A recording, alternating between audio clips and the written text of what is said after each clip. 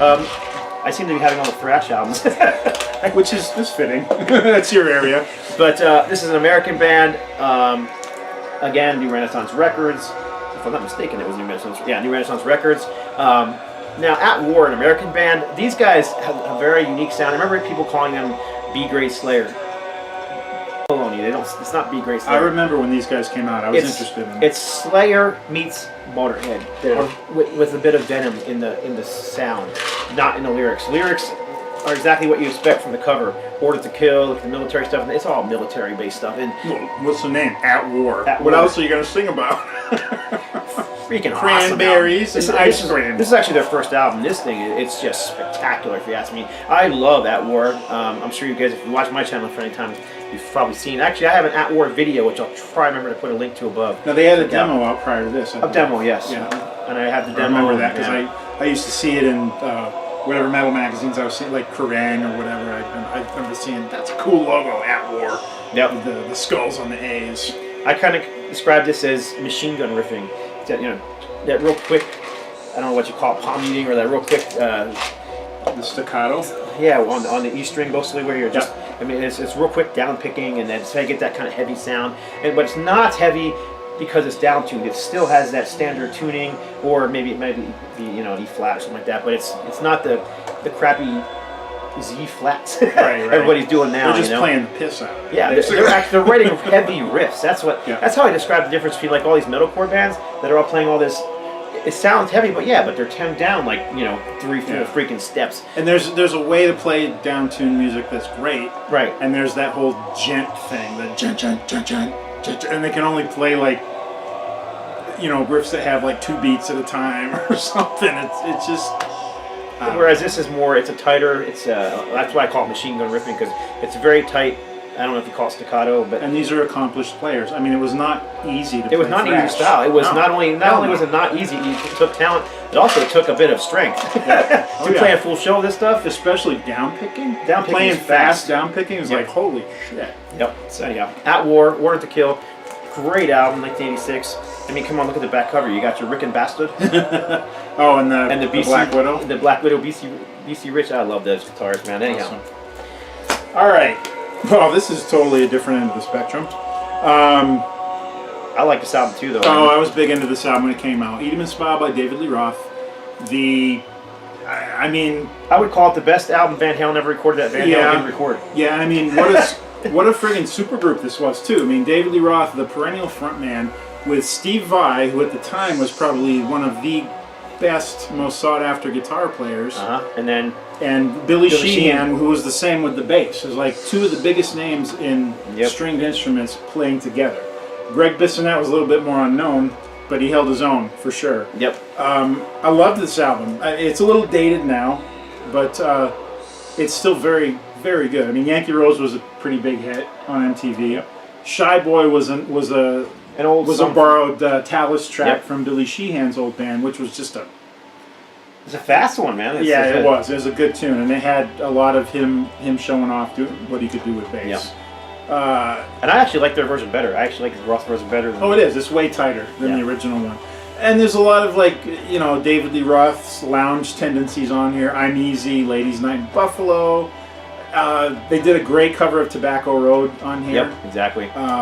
Elephant Gun was a good song. It was definitely David Lee Roth's solo album, but damn, he had some great players along for the ride. And it was great songwriting. The covers were. It was, like I said, one of the best Van Halen records that Van Halen didn't record. I mean, he definitely came out and said, "Look, I can do this on my own." Yep, he tried. He had to show up a band who was on the top. Yeah, and granted, that band went a whole different direction without him. But I would put this album against anything that Van Halen recorded pretty much after Roth left. Now, they never quite measured up to this first one, though. David Lee Roth? Yeah. Oh, no. No, he never quite got this again. It's like he staked his territory, and then I don't know what happened. Skyscraper was decent. It just wasn't as good as... It was okay. Yeah. Wasn't as exciting, but that's all right. Speaking about guys striking out on their own. Yes, sir. This album I played to death when it came out. I loved it because I was a huge fan of Kiss.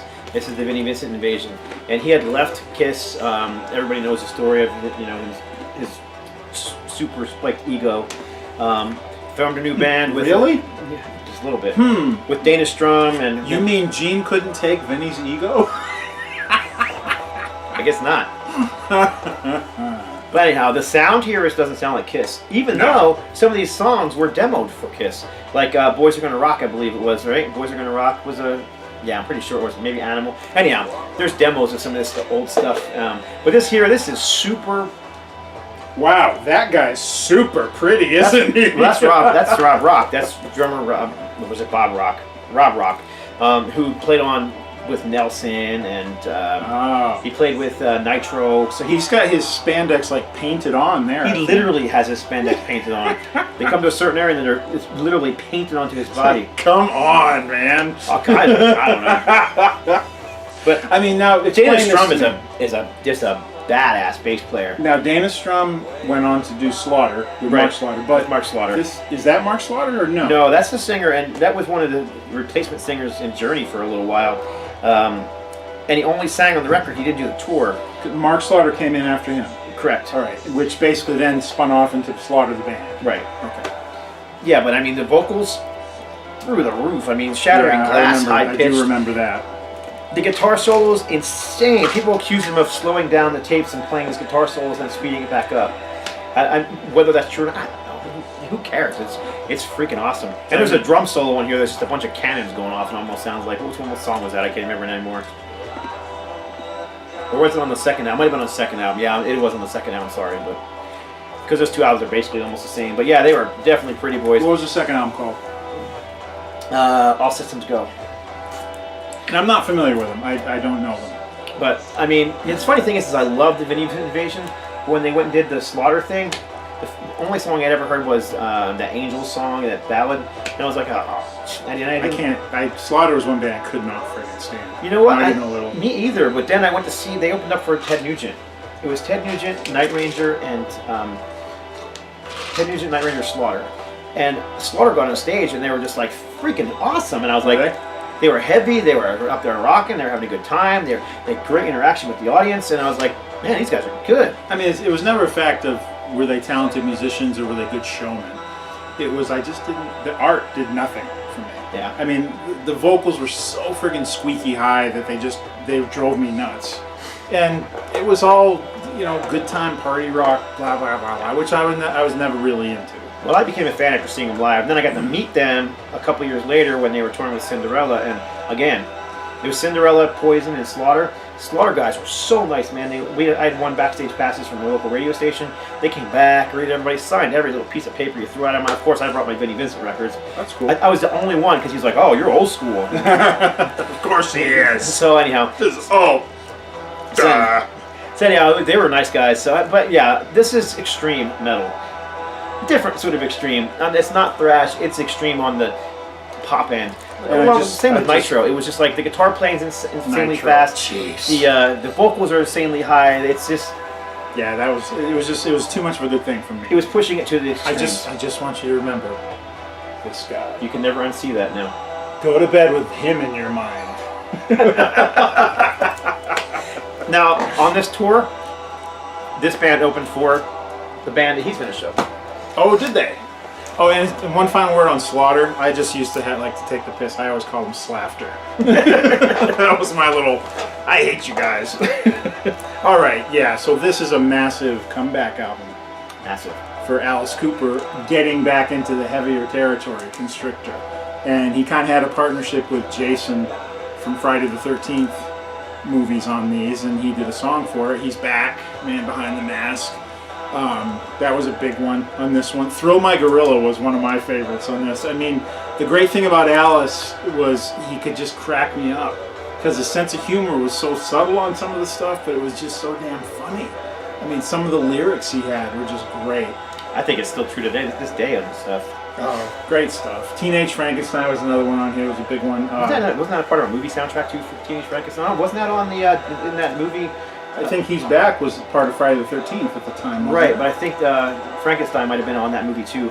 Teenage Frankenstein, or are you thinking Feed My Frankenstein? Because that was in Wayne's World. And Feed My Frankenstein. That's right. Because I was confused for a second. The World Needs Guts. That was another one I dug off of this one. just it's typical Alice Cooper. It was well done, and it was a return to form. It was much heavier than his previous 3 albums, which were really kind of new wave and experimental and kind of drug lost. Actually, I loved them. I loved those albums, but the one just prior to this, Dada, he doesn't even remember recording it, according to interviews that I've read, and it's out there. It's a definitely out there album for Alice Cooper. And that's like out there meaning like... And for me, I like those albums now. I can't say that I loved them when they first came out. I will say Flush the Fashion I did. Oh, and I did too. Flush the Fashion I loved. To me it was like, this is a companion for the Cars or something. It was Yep. totally new wave. I love the version of Clones too. Yep. Great one. Anyhow. So that is actually a good album. And it Yeah. followed up with an even heavier one, Raise Your Fist and Yell, which had, Kane Roberts was on there with his guitar, this machine gun guitar, and the big Lou Ferrigno physique. I actually got to meet... I didn't get to meet Alice Cooper, but the bands came to Rochester where I was going to college, and the House of Guitars was a huge thing out there. And that Vinnie Vincent was there, and they were signing autographs and stuff like that, and so I got to meet those bands back then. It was pretty cool. Oh yeah, see, I'm next, right? Let me get a drink real quick. You're Cheers. next. All right. How's it so far? So anyhow, I talked about Omen being the Metal Blade House Band, and the other band I said I always thought of as the Metal Blade House Band was Lizzie Borden. Now Lizzie Borden, just again, straightforward American heavy metal with a bit of a commercial edge. But also like a shock rock kind of approach. Very shock rock. Definitely. Their stage show, even back then, was awesome. I saw them opening for Wasp, and I'm a huge Wasp fan. I saw them opening for Wasp, and after seeing Lizzie Borden, I was just so blown away. Wasp was a disappointment. Interesting. And I can see those two fitting well together. Oh Definitely. man, watching Lizzie, he does this like thing where he's like this with this, and every time he did this, he had a different mask on. I'm like, how the hell he was doing that? It was cool as crap, man. But anyhow, I love this album. I love all the Lizzie Borden stuff because they never really moved away from the sound. No, Lizzie were Lizzie, And I remember they're one of the. I remember their live. Was it the Murderous Metal Roadshow? Exactly. Double live album, and they attempted to do one of the first covers of "Live and Let Die" by Wings that I ever heard, and nobody could really ever cover that song correctly because they forgot about the orchestral parts, and it was so integral to the sound of it that the guitars just couldn't measure up. But they tried it, and I was like, damn, that's pretty cool. We got Joey Scott, which is Lizzie's brother on drums, and then the guitar player who passed away a few years ago was Alex Nelson. Yeah. And my friend Angel Ferraris actually was married to him when he died, and so I have a little soft spot for these guys because I know Angel. But yeah, just again, American heavy metal, obviously inspired by what was going on in the early '80s and the new wave of British heavy metal sound, but very unique vocals too. I mean, Lizzie has his own sound. He was a character, and he was trying to bring like an Alice Cooper character, or later like Marilyn Manson tried to do, or Rob Zombie. It was that kind of like insane kind of madman character. Or Wasp, or Ozzy, It's just unfortunately didn't happen for them to the level that it did for those guys. No. Although they were hugely popular in the West Coast over there. Yeah. Just never kind of got the large fame that a lot of the bands got. I'm trying to think if there's any huge tracks on there that people in the Bloody Mary. That was one of their Notorious. That's another one of their songs. Yeah. Anyhow, excuse me. Sorry. All right. Okay. Now I get to talk about a thrash album. Now this was a thrash band, just one of the noisiest ones I'd ever heard. For some reason I hooked right onto them, loved them, in no small part due to the artwork of Away, the drummer. Voivod. This was their follow-up to War and Pain, which was one of my favorite albums of like '84. So this one's just called Roar. A great name. And it's got all now their Voivod, who is like this vampire of the Arctic wasteland kind of a character. Now he's appearing in the form of like a tank. A killing machine. And when you have songs like Corgo the Exterminator and Fuck Off and Die and Ripping Headaches, I mean, you kind of know what you're getting. Voivod were noisy as hell, fast, growly, but they were twisted too, and that's what I liked about them. They had a song in their first album called Suck Your Bone. I was in love with them. I was like, Suck Your Bone, that's awesome. Suck Bone. I just loved them, always have, and when they went full-on progressive, I loved them even more. Yeah, and actually, over the years, I've grown to love the progressive stuff actually more than the thrash stuff. Yes. But I still love that record. Well, they were so different, so creative, so they were just unique. among a bunch of bands who kind of sounded real similar. Right. I They mean, just had- really, like I was saying, Sodom, Creator, Yeah. Destruction. They kind of had a sound. Those three bands had a sound that was very similar. Who else sounded like Voivod? Nobody. That's Nobody. exactly true. And that's true today as they continue. They still have their own sound. And that's, to me, those are the bands I like the best. Bands that forge their own sound. If the band has a sound that I dig, I really don't care what kind of songs they write. I'm going to like them. You know, and all my favorite bands, that's the common thread. And Voivod is one that's a little bit different because, again, I wasn't as big into the thrash stuff, but these guys always, I like them. Always. And they look cool as crap on the back. I mean, look at that. That Voivod skull and crossbones logo is just one of many that Away, the drummer, has done. And I think his real name's Michael Langevin, right? Or Michelle Langevin. And again, we've lost another one here. Yeah, Piggy, the guitar player, who really was he was there the whole time. Him and Away were there the entire time. Yep. Blackie, the bass player, left and came back and left again. The singer, Left and came Dennis back. Belanger, left and came back. He left. There was a period where they were three-piece with a bass player, singer, which is a little bit different sound that they had, but it was a return to a heavier. I liked it. I have those on vinyl too. Yeah. So Voivod really class act all the way through. And they handled it really well when Piggy died. They did 2 posthumous albums that he played on after he died. Using his old demos and stuff, yes. right? And from what I remember hearing, he died of cancer, some kind of cancer. And he was on basically in his hospital bed with his laptop working out these albums before he died. And so how can you not have respect for him? He was a diehard till the end, man. Yep. Definitely cool. Love those guys. Great record. All right, there's a lot of thrash in this one. Yep. Well, I mean, we're right in the thick of it. Yeah. I think. Thrash. This was the thrash era for sure. 86, definitely. Yeah, thrash was huge. It stayed that way all the way up to like 1990, 91, something like that. So, Definitely. But this is actually an EP, even though it has 8 songs. Hyrax. It's an 8-song EP. and it's 8-song EP because the songs are so fast, and it's like, okay, now the later albums from Hyrax when Glenn Rogers joined were definitely more thrash, and again they had that. Glenn Rogers has a sound. Yeah. And he gave them a great sound that they continue with to this day, even after Glenn's gone. But these early albums are more of a crossover sound. Yes, they definitely. I saw Hyrax before their first album even came out, and the thing that impressed the hell out of me, one, was Keaton DePena. He was a black dude. You didn't see a lot of black dudes in metal, period. In a thrash band, like a hardcore thrash band, definitely the pre-crossover stuff. But he sang. He had a voice that you could tell it was strong. He wasn't just screeching like this throat-shredding crap. Right.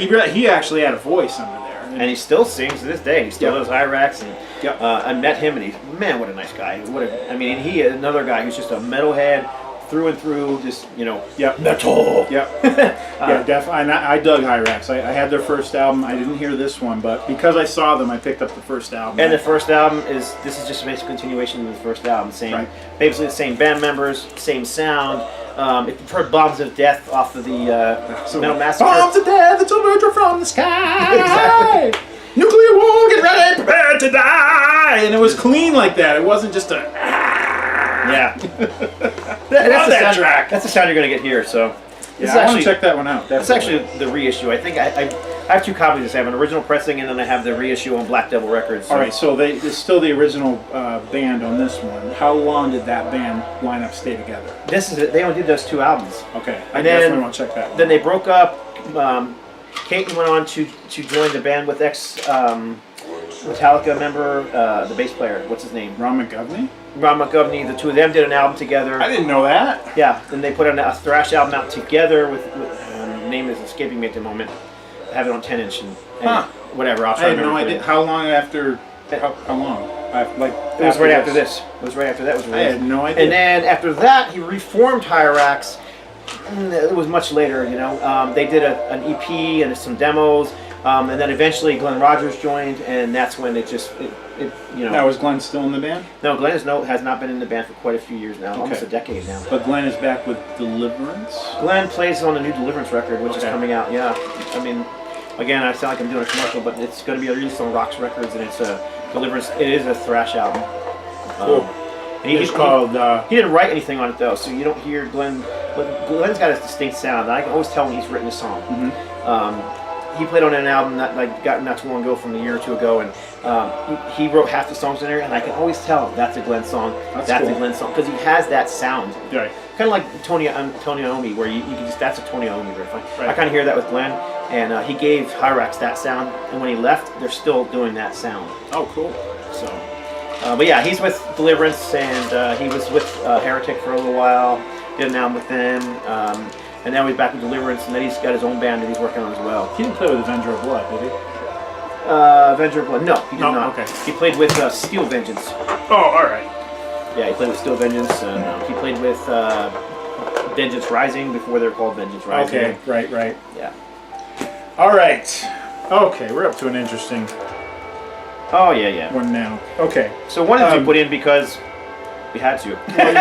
Well, it's 86, but we were just talking about this before, how Atlantic Records was guilty of pushing some of their metal artists towards a more commercial sound for the brainless masses.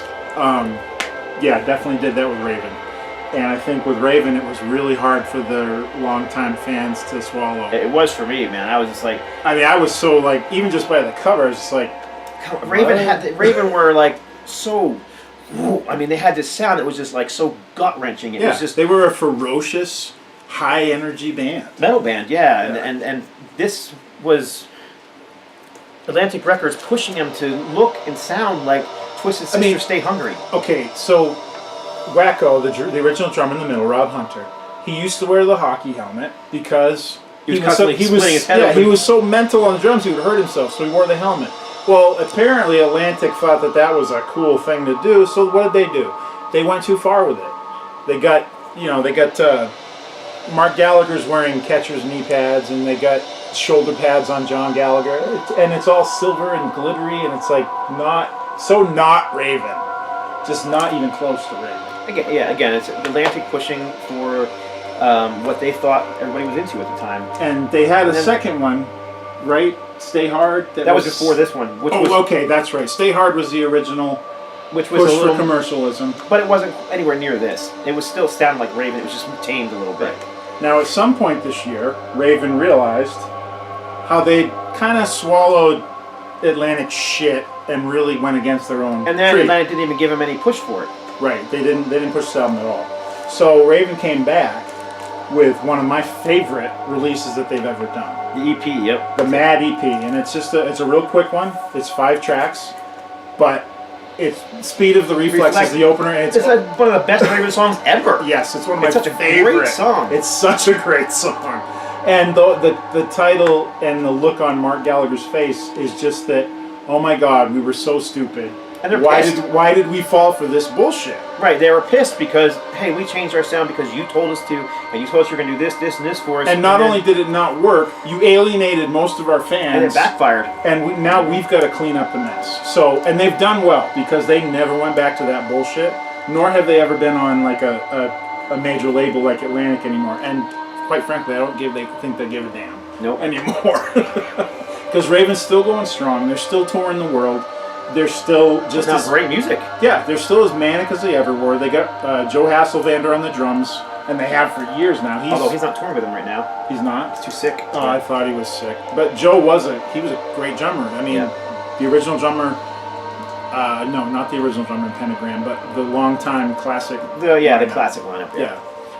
So Raven, Mad, love it. Love it. I'd put it up against pretty much any of their earlier albums, and that includes All for One. The classic.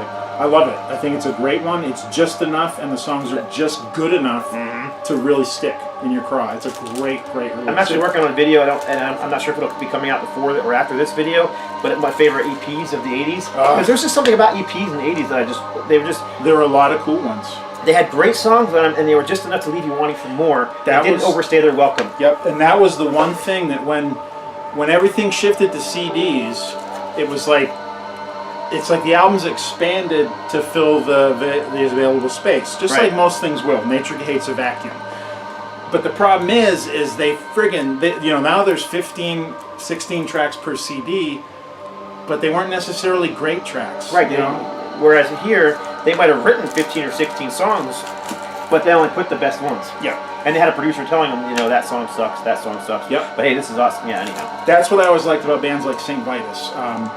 They would put out 6 or 7 song albums, but they were always good songs, and they kept your attention throughout. They didn't lose you because they tried to shove too many songs just because they could onto the space available. I remember when I got this album the first time, because I was a huge Raven fan, and first of all, they had Give Me Some Lovin' on here, which is just a freaking atrocious Spencer cover. Davis. Oh, Great song. It's not wrong with the song, but it was just like...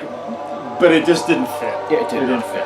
And then I was like, all right, Hyperactive, that's gotta be a, speed of the... It's gotta be a great song, and it's got a freaking horn section in it. It's not a cover of the Thomas Dolby song. No, like it's just... it was just a huge disappointment. And if you ask John Gallagher, or if you go into, I don't know if it's still up, but on the Raven site, he had little comments on all the albums and what he thought about different stuff. And he basically admits, this was a bad idea. Which is cool. A lot of bands can't do that. They can't admit it when they made a mistake. And even, like someone like Celtic Frost, Tom Warrior's very outspoken about the fact that he hates Cold Lake. He thinks it's abomination. That's what he calls it. Okay, I love it. I think it's a great. I'd rather hear Celtic Frost's Abominations than up against girls. Exactly. Their Abomination is better than a lot of bands' best effort. But I digress. All right, your turn. My turn. Christian metal was starting to get a little more prolific this time. This is another pure metal release. This is Messiah Prophet, Master of the Metal. Always love the cover art. Yeah, good solid metal album. Not only the what it is. I mean, it's a guy basically hammering a guitar out of rock, molten rock, which is just so cool looking. Yep. But I actually like the painted style too. It is. It's a very classic metal looking cover, and it's got a classic metal sound. And it's a very good metal sound, and the songs are memorable. The guitar playing's well done. This is the best thing they ever recorded, because the album that came before this was. They're actually called the Messiah Prophet Band. Right. What it was with all the Christian bands back in this. Anyhow, it was Rock the Flock. It was it was okay. It was not really metal. It was more of a weak hard rock sound. With this, they captured the metal sound. They sound like a metal band. They look like a metal band, with the exception of the drummer, who looked like a retired porn star. What? I gave this album to my wife the other day when we were going through. He's got the bow tie. Yeah, that didn't help. I gave my wife this album the other day. My wife's not a metal fan at all. I said, one of these things, not like the other. And she said, look at it. She goes, what? And she sees it. The bow tie! I don't know if you can see the drummer there, but he's the only guy with short hair. He's bald, and he's got the bow tie on. I mean, it's just... I can accept it, what he's doing. They're just trying to have that larger-than-life stage look. But it's just... You're looking back now, come on, it's fun. It's fun. It is. And the 80s was one of the biggest eras for that. People just going over the top, and it just not quite working. Yeah. But it was fun. I mean, at least they got up on stage, and they attempted to put on a show. It wasn't just get up and stare at your sneakers and right. And I was not familiar with this band. This is another band. I didn't hear them until probably year 2000 or so, the second time around.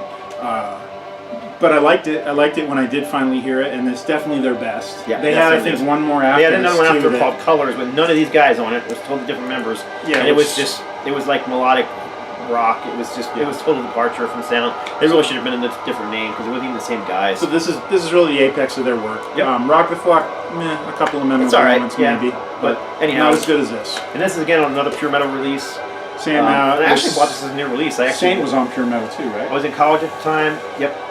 And I walked into a Christian store, being the metalhead I was, and because I knew they had that demo section, and I would go check out whatever metal they had, and I picked this one up. I picked up Saint. See, I wasn't a Christian until '91. I wasn't a Christian either. You weren't? No, I grew up in a Christian home. I grew up going to church, but I didn't become a Christian until '87. Okay. You see, I didn't until at least '91. But I had nothing against the music. If it was good metal, I'd buy it. So I bought this. I bought Saint. This was actually, there was a band called Driver that was out that kind of fell apart. And this is what became of Driver. This was the Mars project. This is another band that Fenholt was involved in prior to the actual album coming out. And I do have a demo proving that he was part of it. This is McAlpine, Aldridge, Rock, and Sarzo. So you got Rudy Sarzo, who at this time was already well known for his part in Quiet Riot and Ozzy Osbourne. Yep. Wasn't yet in Whitesnake. You got the awesome vocalist in Rob. The guy's just got a voice. I mean, he's just And Rob Rock, yeah, amazing. And this is long before I knew who he was. Like before he joined Warrior, before he had his solo stuff. yeah. Great singer. And then of course Tommy Aldridge again, Ozzy, Yep. And Black Oak Arkansas. and Pat Travers band. Yep. So these are all guys who are really well known. And then of course the guitar player is Tony McAlpine. And Tony McAlpine was one of those shrapnel guitar god guys, and those guys all kind of started spreading their wings a bit and playing with guys who are in the mainstream. Right. So what you got here is an 1986 album on Shrapnel Records. Yep. Mars Project. You got very solid, straightforward, but melodic heavy metal. Yep. Great album. I love the vocals. I think Rob Rock's one of my favorite singers of that style. He's just so strong. He's got a super strong. And if you've never heard him, pick up The Code of Life by Warrior, because oh my God, he's amazing on that record. Or even the first Impolitary EP. That's another one. He's just Yep, that's right. He was on that one. so anyhow. Original name of this band actually was Driver. Driver. Yeah, correct. and that's when Fenn Holt was involved, and they changed it to Mars. And Driver got back together and have released some of the recordings they did, and they've actually recorded a newer album in the 2000s. Who's in the band now? Rob Rock sang for him. It was the okay. original guitar player. I can't remember all the names, but anyway. Okay, cool, interesting stuff. I remember when it came out. It was just part of that whole glut of guitar gods that just got old fast, and I think I had a lot of guitar player friends who were really into The whole shred, instrumental stuff. I What just- do you call it? Instrumental, right? Yeah, and I think it kind of started with Yngwie Malmsteen. Yngwie was like the big, and then there was this whole wave of just guitar god after guitar god, and I was into it at first. I was into Vai and Satriani and all that stuff. That's got my favorite cover. Yep. But it just got old. I brought It this got old. along just to show because I love this picture. Sweet. All right, here we got one. This is another more of a